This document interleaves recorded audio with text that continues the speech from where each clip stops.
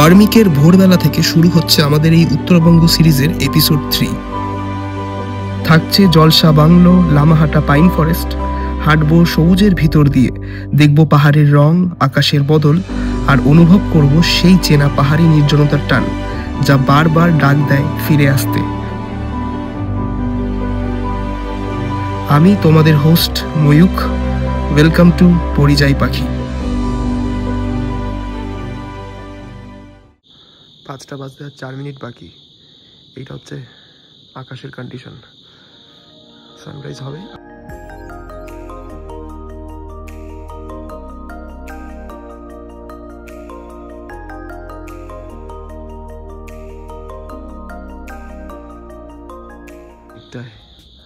লাল লাল যে ভাবটা এসছে, বেশ এটা লাল বলবো না, এটা হচ্ছে কপার রেড। এখানটা পুরো কপার রেড কালারটা, সাধারণ লাগছে। এই দিকটা দেখো, ফ্রেমের পাহাড়, আর এখানে মেঘটা এমন ভাবে জমায়েত হয়েছে মনে হচ্ছে ওইখান থেকে নদী বয়ে এসে এখানটায় মিশে গেছে পুরো।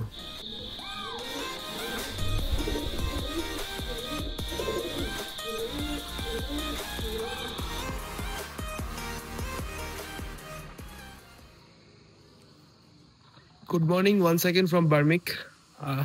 সেই ভোর 4টে সাড়ে 4টের সময় উঠেছিলাম সানরাইজ ক্যাপচার করার জন্য, তারপরে আরেকবার ঘুমিয়ে পড়েছিলাম। এখন বাজে 7:30।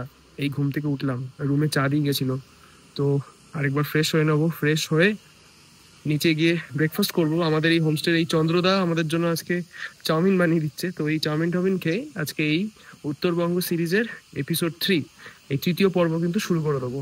এই বার্মিক থেকে আজ যেখানে যেখানে যাব সেই জায়গাগুলো কিন্তু আজকে এই জার্নিতে আমি দেখাবো, আর শেষে যেখানে ঢুকবো আজকে যেখানে থাকবো, কালও সেখানেই থাকবো। সেটা অ্যাজ আ বাঙালি সবারই প্রিয়, বুঝতেই পারছো কোন জায়গা। তো সবটাই দেখাবো, সো স্টিক করো এই জার্নিতে একসাথে সবাই। এই বার্মিক রিট্রিট হোমস্টে থেকে অন আ ক্লিয়ার ডে এই হচ্ছে সামনের দৃশ্যপট। ঠিক এইটা হচ্ছে তিস্তা, এখান থেকে ভেসে যাচ্ছে, আর ওই যে ওখান দিয়ে চলে যাচ্ছে। এবার একটু জুম করে দেখালাম, এই যে তিস্তাটা ভেসে যাচ্ছে এদিকে, এই দিকটা হচ্ছে ওয়েস্ট বেঙ্গল, আর এই দিকের হিলসটা হচ্ছে সিকিম। আর এই যে একটা ব্রিজ দেখা যাচ্ছে, এটা হচ্ছে অটল ব্রিজ, রংপু ব্রিজ। এই যে আমাদের ব্রেকফাস্ট কিন্তু চলে এসছে। এই যে নুডলস আর উপরে ডিম দেওয়া। এখানেই ব্রেকফাস্ট করবো সামনে বসে।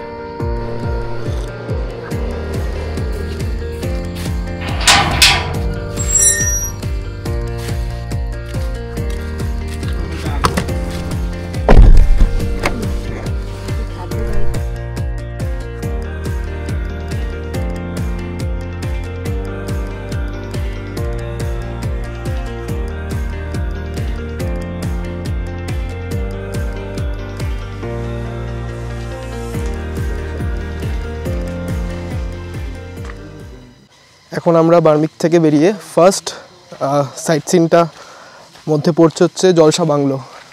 এই হচ্ছে জলসা বাংলোর টিকিট, আর পার হেড 25 টাকা করে নিল। এবার যাই, ভিতরটা যাই। এই হচ্ছে একটা ছোট্ট ট্রেল মতন আছে। এই জায়গাটা অনেক গাছপালা তো দুদিকে, তো একটু ঠান্ডা আছে বেশ। এই ছায়াটা খুব খুব প্লিজিং, ছায়াটা প্রচণ্ড।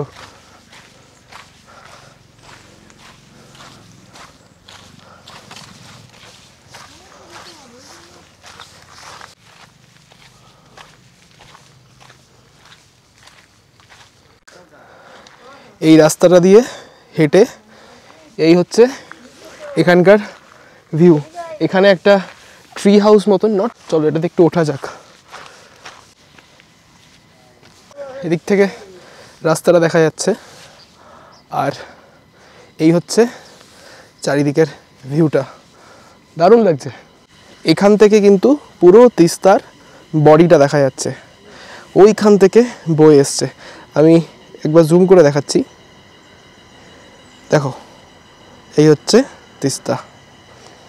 এখনও কিন্তু আকাশে মেঘ রয়েছে অল্প, আর দূরে একদম দূরে কিন্তু কাঞ্চনজঙ্ঘার একটা চূড়ো দেখা যাচ্ছে। ট্রি হাউসটা পুরো উডেন স্ট্রাকচার, নিচটা লোহা দিয়ে ক্ল্যাম্পিং করা, পুরো স্ট্রাকচারটা বানানো ওই লোহার বেসটার উপরে এই ট্রি হাউসটা তৈরি করা।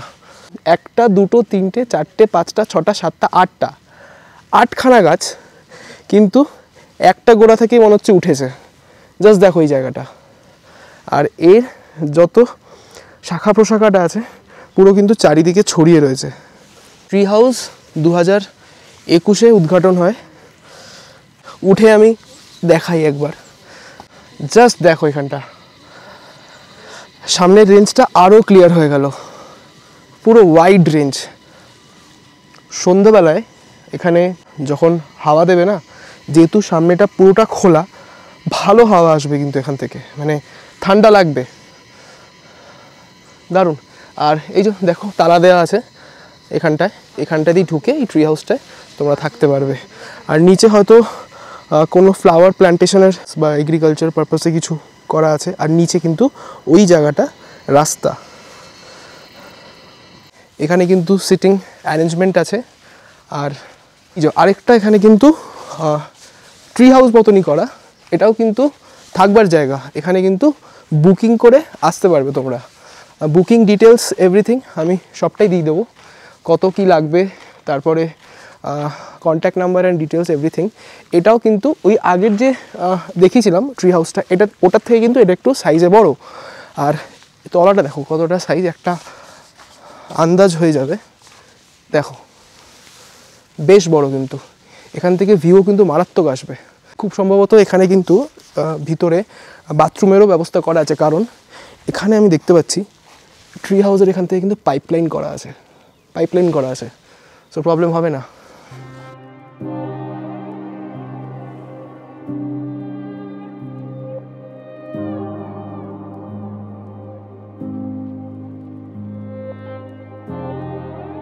প্রকৃতির পুরো সেন্টারে মনে হচ্ছে, চারিদিকটা গাছ আমার, দারুণ।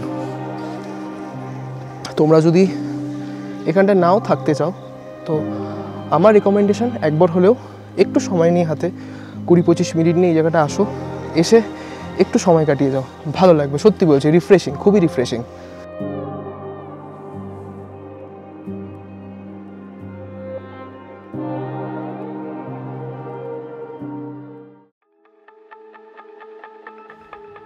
জলসা বাংলো থেকে বেরোতেই যেন অন্য একটা সকাল আমাকে ছুঁয়ে গেল। হাওয়াটা ঠান্ডা, কিন্তু তার ভিতরে একটা অদ্ভুত উষ্ণতা। গাড়ি যখন ঘুরতে শুরু করলো পাহাড়ের আঁকাবাঁকা রাস্তায়, চারিদিকে নিস্তব্ধতা যেন আরও গভীর হয়ে উঠল। দুধারে লম্বা পাইন, মাঝে মাঝে সবুজে ঢেকে থাকা চূড়া, সবকিছু মিলিয়ে একটা শান্তির চাদর বিছানা। সকালের রোদটা পাতার ফাঁকে ফাঁকে খেলছে, আর গাছের মাথার উপর আলোটা হালকা হয়ে সোনালি হয়ে যাচ্ছে। রাস্তা কখনো সরু, কখনো হঠাৎ খুলে গিয়ে এক বিশাল ফাঁকা উপত্যকা সামনে এনে দাঁড় করায়। মনে হয় প্রকৃতির সামনে মানুষ কত ছোট, আর সুন্দর জায়গাগুলো কত সহজেই মন ভরে দেয়। এই যে আমরা এখন কালিম্পং বাজার ক্রস করছি, আর এখানে কিন্তু দুর্গাপুজোর প্রস্তুতি চলছে, কারণ এইটা দুর্গাপুজোর মাস।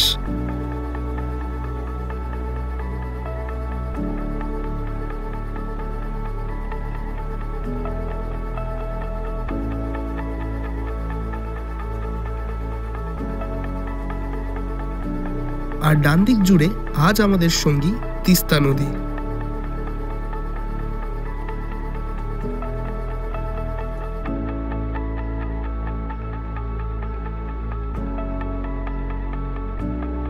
তোমরা দেখছো পাতার ফাঁক দিয়ে সূর্যের আলো নেমে এসে কেমন ছোট ছোট সোনালি ছায়া ফেলছে, আর এই আলো ছায়ার খেলা রাস্তাটাকে আরো বেশি রহস্যময় করে তুলছে। এই জাস্ট এসে পৌঁছালাম লাভার্স ভিউ পয়েন্টে। অবস্থা একদম খারাপ হয়ে গেছে, কারণ গাড়ির সামনে বসে এসেছি তো, আর কন্টিনিউ কড়া রোদ্দুর ছিল, তো রোদ্দুরটা পুরো গায়ে পায়ে পড়ে একদম গরম লেগে গেছে, বিভৎস গরম লাগছে। আর এইটা হচ্ছে লাভার্স ভিউ পয়েন্ট। এইটা হচ্ছে তিস্তা আর এইটা হচ্ছে রংলি। এই গাছগুলোতে কিন্তু বাদর থাকে, কিন্তু এই মুহূর্তে আমি দেখতে পাচ্ছি না। হয়তো যেহেতু এখন ওয়েদারটা গরম, প্রচণ্ড গরম এখন এখানে, মানে কলকাতার মতন গরম বলাই যায়। আমি উইন্ডচিটার পরেছিলাম, সেটা কিন্তু আমি খুলে দিয়েছি এখন। এখানে কিন্তু বাঁদর আছে, ঠিক আছে? সো সাবধানে, যদি কেউ হাতে ফোন টোন নিয়ে ছবি তোলো, সেলফি তোলো, একটুখানি কেয়ারফুল থাকবে, কারণ এখানে কিন্তু বাঁদরের উৎপাত আছে। এখানে কিন্তু দোকানপাট আছে, এদিকেও দোকানপাট আছে, ভালো জায়গাটা। শুধু যেহেতু এই জায়গাটা একটু নিচে, তো এখানে কিন্তু খুব একটা ঠান্ডা এক্সপেক্ট করবে না। তো আমরা ওই রাস্তাটা দিয়ে এসেছি, আমরা তিস্তা ব্রিজ ধরে সোজা এসেছি, আর আমরা টুয়ার্ডস এদিকে চলে যাবো লামাহাটার দিকে। এই লাভার্স ভিউ পয়েন্টে আস্তে আস্তেই প্রায় 12:30 বেজে গেল। মেন অ্যাকচুয়ালি লেট হয়েছে কোথায় বলো তো? কালিম্পংয়ে। কালিম্পংয়ের যে মেন মার্কেটটা, ওখানে বিভৎস জ্যাম, মানে গাড়ি এগোচ্ছেই না, ওখানটায় মেন জ্যামটা লেগেছে। আর ওয়েদার যেহেতু পুরো তিস্তা দিয়ে আসতে হলো, আর পুরোটাই পাহাড় থেকে নিচে নামতে হলো, তাই জন্য ওয়েদার মানে হঠাৎ করে চেঞ্জ হয়ে গেল। মানে একটা ভালো একটা প্লেজেন্ট ওয়েদারে ছিলাম, সেখান থেকে পুরোটাই গরমে একদম। আর আমি তো বসেছি সামনে ফ্রন্ট সিটে, হ্যাঁ, আর গাড়িটা যেই দিক দিয়ে যাচ্ছে, মানে আমি যেই সাইডে বসে আছি ওই সাইডেই কিন্তু বারবার রোদ্দুরটা পড়ছে, তাই জন্য পুরো মানে আমার মানে পেট থেকে শুরু করে পায়ের পোর্শন পুরো একদম গরম হয়ে গেছে, মানে জ্বলছিল পুরো। আমি ভাবছিলাম কখন একটু দাঁড়াবো, তো এই ফার্স্ট দাঁড়ালাম এই লাভার্স ভিউ পয়েন্টে, দেখালাম।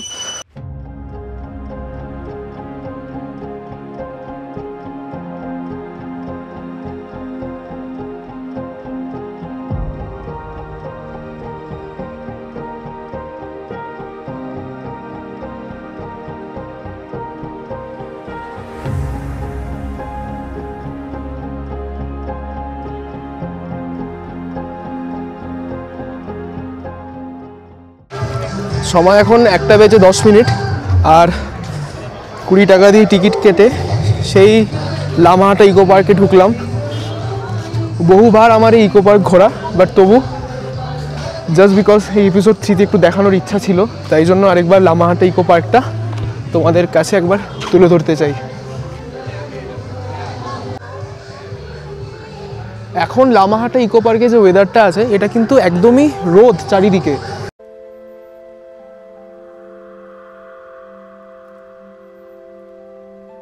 কাল যেরকম একটা মেঘাচ্ছন্ন ওয়েদার ছিল, চারিদিকে মেঘ ভেসে যাচ্ছিল, কিন্তু এখন কিন্তু কোনো মেঘ এখানে দেখতে পাওয়া যাচ্ছে না, পুরো রোদ্দুর। যদি মেঘ থাকতো তাহলে লেক অবধি যেতে খুব সুবিধা হতো, কিন্তু যেহেতু এখন এতটা রোদ্দুর উঠে গেছে, তো তাই জন্য কষ্ট হবে। উপরে উঠছি, আমি যেরকম আগে বললাম যে এখন কিন্তু পুরো রোদে ঝলমল করছে চারিদিকটা। কাল যেরকম অনেকটাই মেঘ ছিল চারিদিকে, কিন্তু আজ যথেষ্ট গরম। মনে হচ্ছে না কিন্তু যে আমি পাহাড়ে এসেছি, মনে হচ্ছে কোনো জুলজিক্যাল পার্কে ঘুরতে এসেছি। যাই হোক, চেষ্টা করছি লেকটা অবধি যাওয়ার। অনেক রোদ, আর তার মধ্যে কাল আমার গ্লাসটাও ভেঙে গেছে। আমি এই রাস্তাটা দিয়ে এলাম, এখান দিয়ে যদি এদিকটা চলে যাই তাহলে হচ্ছে আই লাভ লামাহাটা লেখা সেলফি পয়েন্ট আছে, আর এখানে হচ্ছে ওয়ে টু পয়েন্ট, যেটা লেকটা, এদিকটাতেই যাব। লামাহাটা দার্জিলিংয়ের সাইট সিনের মধ্যে পড়ে।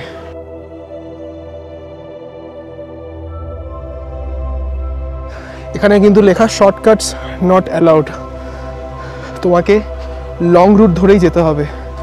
কতটা যাব জানি না, যাচ্ছি।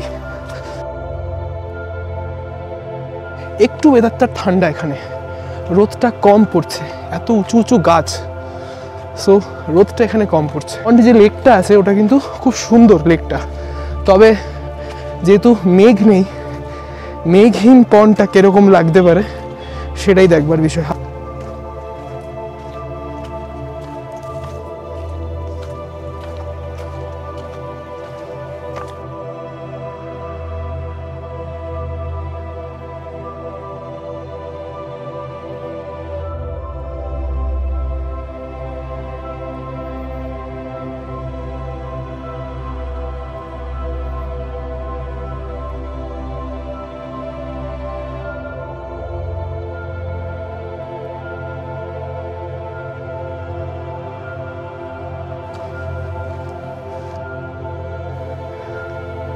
লেক অবধি যেতে জার্নিটায় মাঝে মধ্যে এরকম রেস্ট নেওয়ার জায়গা বেঞ্চি করা আছে, নিচ থেকে পুরো রাস্তাটা দেখা যাচ্ছে আর দূরে পাহাড়।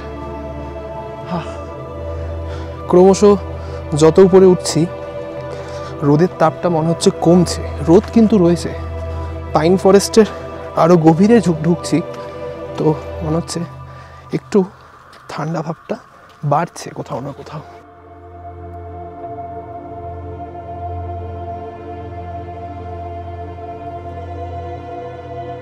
এই যে কাঠগুলোকে কাটা হয়েছে না গাছের গুঁড়িগুলোতে, এখানে কিন্তু একটা কাঠের যে স্মেলটা, মানে কাঠের দোকানে যে গন্ধটা বেরোয় পুরো এক্স্যাক্ট ওই গন্ধটা ছাড়ছে।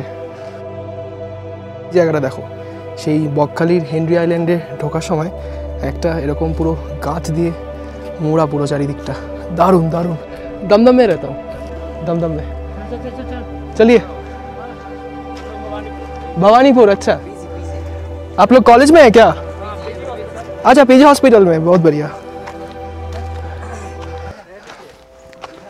চারটে ভাইয়ের সাথে দেখা হলো, তারা আমাদের এখানে কলকাতায় থাকে, পিজিতে থাকে, কাজ করে।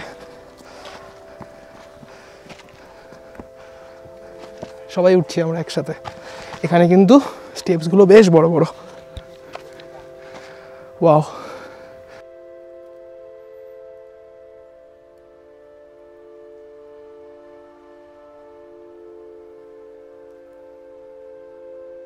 এই জায়গা দেখবে এই রাস্তাটাই ফলো করবে। অনেক জায়গায় দেখবে এরকম সরু সরু রাস্তা আছে, কিন্তু ওই শর্টকাটসগুলো নেওয়া উচিত না, কারণ রাস্তাগুলো শিওরিটি নেই, পা ফসকে যেতে পারে, অ্যাক্সিডেন্ট হতে পারে। সো এখানে তাই জন্য ওরা লিখে দিয়েছে, please do not make shortcut ways, use foot track by order.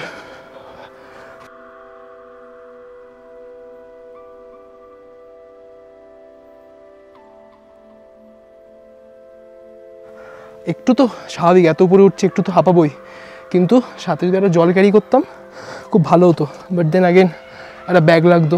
ঠিক আছে, ফাইনালি পৌঁছে গেছি। Way to the secret water body. Crocs পরে উইদাউট এনি শু উঠে পড়েছি তাড়াহুড়ো করে।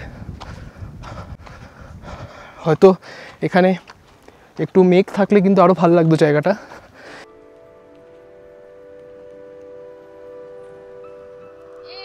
ফাইনালি লামাহাটা ইকো পার্কের টপের যে পবিত্র লেকটা ওরা বলে, আর এখানে কিন্তু মাছও রয়েছে।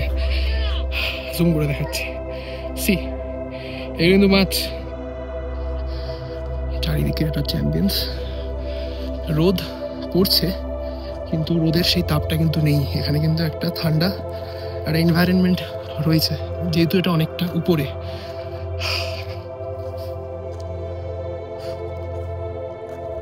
একটু বসি। এই ফাইনালি আমি কিন্তু মাঝখানে কোনো ব্রেক নিইনি, আমি ডিরেক্ট ওঠা স্টার্ট করেছি, একাই উঠেছি, ডাইরেক্ট চলে এসেছি। আমার সাথে কিন্তু আজকে মানে সেকেন্ড কেউ ছিল না যে আমি গল্প করতে করতে উঠবো। Not a big deal. এখানে লোকে বলে যে বিশাল লম্বা ট্রেক, আমি ভিডিও করতে করতে উঠে পড়লাম। আর এখানে 5 মিনিট বসবো, 10 মিনিট বসবো। এই যে এত ট্রেক করে উঠলাম, এটা জাস্ট ছোট্ট একটা অ্যাপ্রিসিয়েশন গিফট। দারুণ লাগছে।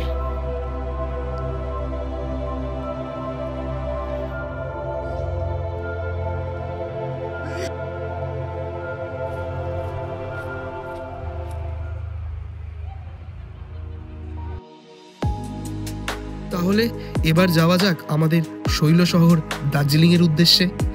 সবুজের ঘন ছায়া, ঠান্ডা হাওয়া আর পাহাড়ি মোড়ের নিঃশব্দ ডাক। জানলার বাইরে পাহাড় খুলে দিচ্ছে নিজের নতুন রূপ, আর আমরা ধীরে ধীরে ঢুকে যাচ্ছি সেই চিরচেনা তবু প্রতিবার নতুন করে মন ছুঁয়ে যাওয়া দার্জিলিংয়ের পথে।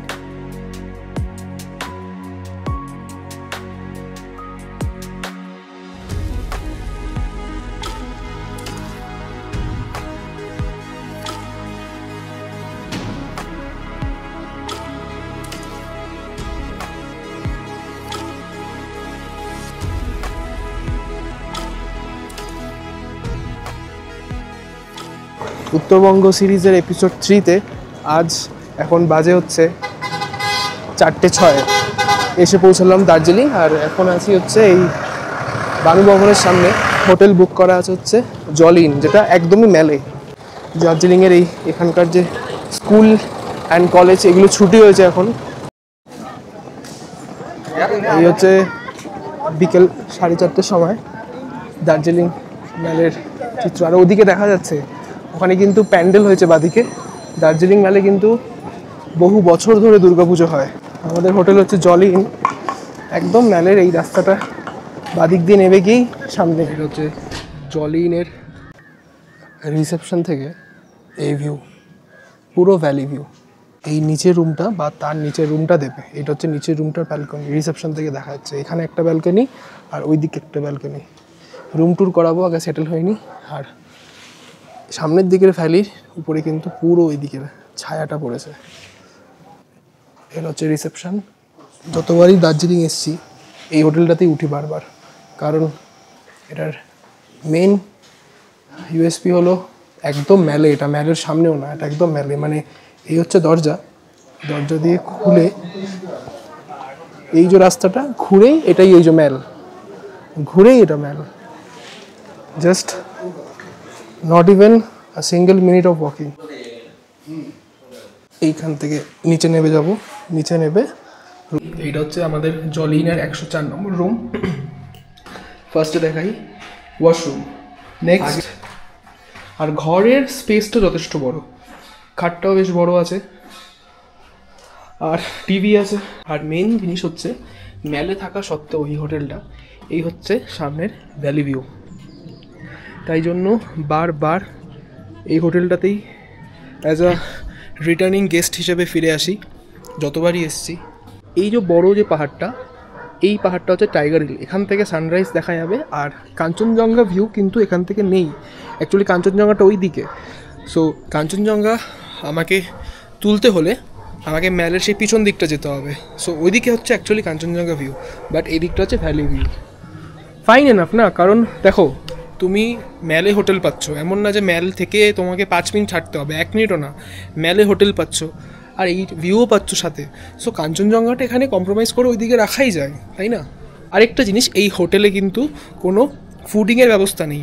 জল ইন কিন্তু শুধু লজিং। হ্যাঁ, এবার তোমরা যদি বলো যে একটু মর্নিং টি বা ইভিনিং টি অ্যারেঞ্জ করে দিতে, তারা সেটা অ্যারেঞ্জ করে দিতে পারে, কিন্তু এছাড়া কিন্তু কোনো ফুডিংয়ের ব্যবস্থা নেই। It's only a place of lodging.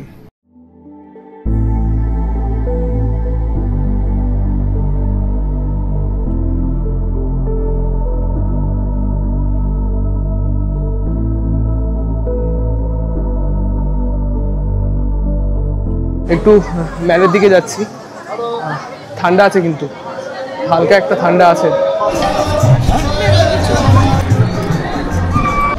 অন্য দিনের থেকে ম্যাল কিন্তু কম্পারেটিভলি এখনো অন্ধকার লাগছে। এই চত্বরে কিন্তু কারেন্ট গেছে এখন, কারণ যেহেতু এখন একটু ঠান্ডার হচ্ছে, আশেপাশে বিদ্যুৎ চমকাচ্ছে, আর বেশ ঠান্ডা আছে ভালোই। ম্যালে কিন্তু নিয়ম হচ্ছে ওই দিক থেকে যখন ক্রস করবে তোমাদেরকে স্কুটি বা বাইক হাঁটিয়ে নিয়ে যেতে হবে।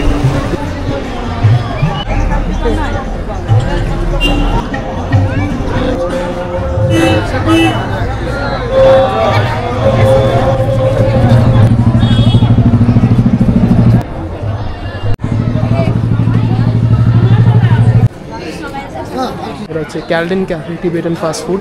এখানে কিন্তু অথেন্টিক টিবেটান খাবার পাওয়া যায়। সেকেন্ড, আমি ঘোড়া রাস্তা বলে রাস্তাটা ধরেই সোজা এসেছি, যেখানে রাস্তাটা এসে 3 ভাগে ভাগ হয়ে গেছে। ঠিক রাস্তাটার ডান দিকেই একটা দোকান আছে, এই হচ্ছে সেই দোকানটা। কারেন্ট চলে গেছে তাই জন্য একটু অন্ধকার। লাস্টবার যখন এসেছিলাম এখানে আমরা সবাই মিলে মোমো খেয়ে গেছিলাম। চিকেন মোমো 100 টাকায় 10 পিস দেবে, 10টা পিস। আর এখানে আরও বিভিন্ন রকম আইটেম পাবে, যেরকম chicken wings, chicken leg piece. আর क्या क्या मिलेगा? ফালে, চিকেন ফালে, চাউমিন, এগুলো রেডি আছে। এখানে খাবার কিন্তু খুবই ভালো। লাস্টবার এসেছিলাম, খেয়ে গেছিলাম। অন্ধকারে ক্লিয়ার দেখতে পাচ্ছ না হয়তো, হ্যাঁ এখানটা আসলে দেখতে পাবে। ये दादा था हमारे साथ लास्ट टाइम यहाँ पे। ये दादा और उनका वाइफ है, ये दोनों ही चलाता है ये दुकान। আর এই দোকানের খাবার কিন্তু খুব ভালো, লাস্টবার খেয়ে গেছিলাম। তো এবার তাই জন্য আরও 1 প্যাকেট নিয়ে রুমে গিয়ে খাবো। এবার এই দার্জিলিংয়ের মতন জায়গায় এসে, দার্জিলিং বলো সিকিম বলো, বড় বড় রেস্টুরেন্ট থেকে কিন্তু ঢুকে পড়বে না। প্রথমত এখানকার লোকাল খাবারগুলো ট্রাই করবে, অথেন্টিক টেস্ট পাবে। মানে যে দোকানগুলো লোকালরা সাজেস্ট করে, লোকালরা যেখান থেকে খায় সেখান থেকে খাবে, ভালো টেস্ট আরও ভালো পাবে। উত্তরবঙ্গ সিরিজের এপিসোড 3 এখানেই আজকের মতো শেষ করছি, কিন্তু বিশ্বাস রাখো আগামী এপিসোডে আরও অনেক জাদুকরী মুহূর্ত অপেক্ষা করছে তোমাদের জন্য। হয়তো দেখা মিলবে ঘুমন্ত বুদ্ধের, হয়তো আরও কোনো পাহাড়ি রহস্য খুলে দেবে তার দরজা। তোমাদের ভালো লাগা এই যাত্রার আসল শক্তি, তাই কেমন লাগলো নিশ্চয়ই কমেন্টে জানিও। আর ভালো লেগে থাকলে একটা লাইক দিও, শেয়ার করে দিও বন্ধুদের সঙ্গে, কারণ গল্পটা যত বেশি মানুষের কাছে পৌঁছবে আমাদের পাহাড় ভালোবাসাটা ততটাই ছড়িয়ে যাবে। অপেক্ষায় থেকো, পরের এপিসোডে আবার দেখা হবে।